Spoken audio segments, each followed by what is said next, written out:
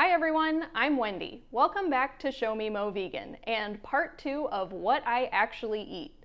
Last week I shared part 1 where I showed several different meals that I've eaten recently, and today I have a few more for you.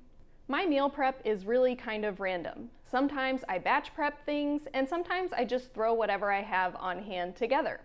But I always try to make simple meals. Usually my meals do turn out pretty good, but this is real life and not all of them are winners, but that's okay. This first one is an example of something that was good, but it didn't turn out as great as I thought it would. But in the end, you'll see how I saved it with sweet potatoes. I decided to make a crock-pot soup to use up a ton of veggies that I had left over from my CSA. CSA, if you're not familiar, is community-supported agriculture, meaning you get fresh produce from a local farmer on a regular basis. If you're interested in more info, check out my full playlist about how I use my CSA produce. On this day, I had gotten these onions, fennel, zucchini, and garlic scapes in my CSA. And along with that, I also chopped up some other leftover veggies I had, including red bell pepper, carrots, and celery. Then I had this homemade broth that I had made from the fennel scraps. I added just a few basic herbs, basil, oregano, and a bay leaf. Plus, I added some dried black lentils that I had rinsed. Lentils are so tiny and quick cooking that they work great in a crock pot. I also threw in a few leftover oyster mushrooms that I needed to use up, and a can of diced tomatoes. While that was cooking, I also batch cooked some beautiful purple sweet potatoes. Whenever I do batch cook, it's usually just prepping elements for meals, like these potatoes, or rice and other whole grains. I cook these in my Instant Pot, and you'll see how absolutely gorgeous they are when they're done. After an hour or two, I checked on my crock pot soup. Yes, I know you're not really supposed to keep opening a crock pot, but I like to stir everything around every once in a while. And here are those gorgeous potatoes. I went ahead and scraped the skins off after I took them out to cool, so they're all ready to go to eat throughout the week. That day, I ate my soup with the purple potato, which was really delicious. Usually, I think you can't go wrong throwing veggies together in a pot to make soup, but for some reason, this one didn't come together as well as I usually like.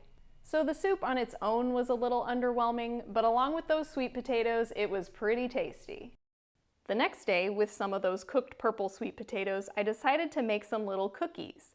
I don't remember exactly what I put in here because I don't follow any kind of recipe, I just mix some things in.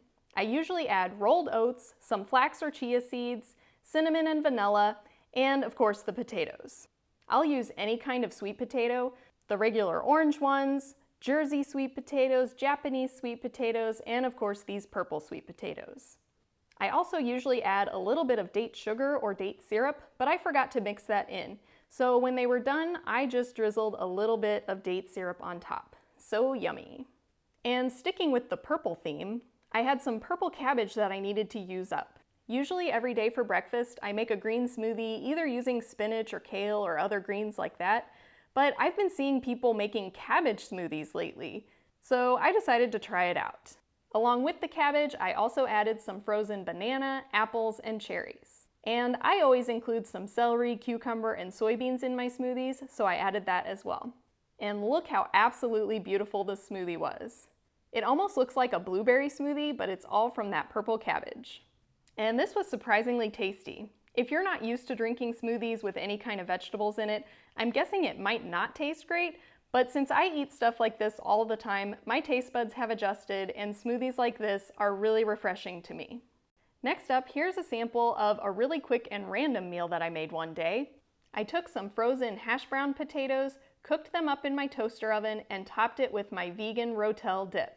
Then I sprinkled some fresh herbs on top. These were more herbs that I got from my CSA. And along with that, I had some watermelon and a cabbage slaw that I made. Oh, and I decided to add a couple pieces of Ezekiel sprouted grain toast. Sometimes the simplest meals are the tastiest. Here was another quick meal that I threw together using some more veggies from my CSA. I had some summer squash and onions. I simply chopped them up, sautéed them, and added some salsa to flavor it. I mixed this with some leftover brown rice, and alongside it, I've got a little more salsa, some hummus, and some homemade tortilla chips. And this next amazing meal I made with my mom while hanging out with my parents one day. My mom made the little patties using a mixture of different beans, rolled oats, I think some cooked grains, and a bunch of spices. They were amazing. Comment down below if you want me to try to get the recipe.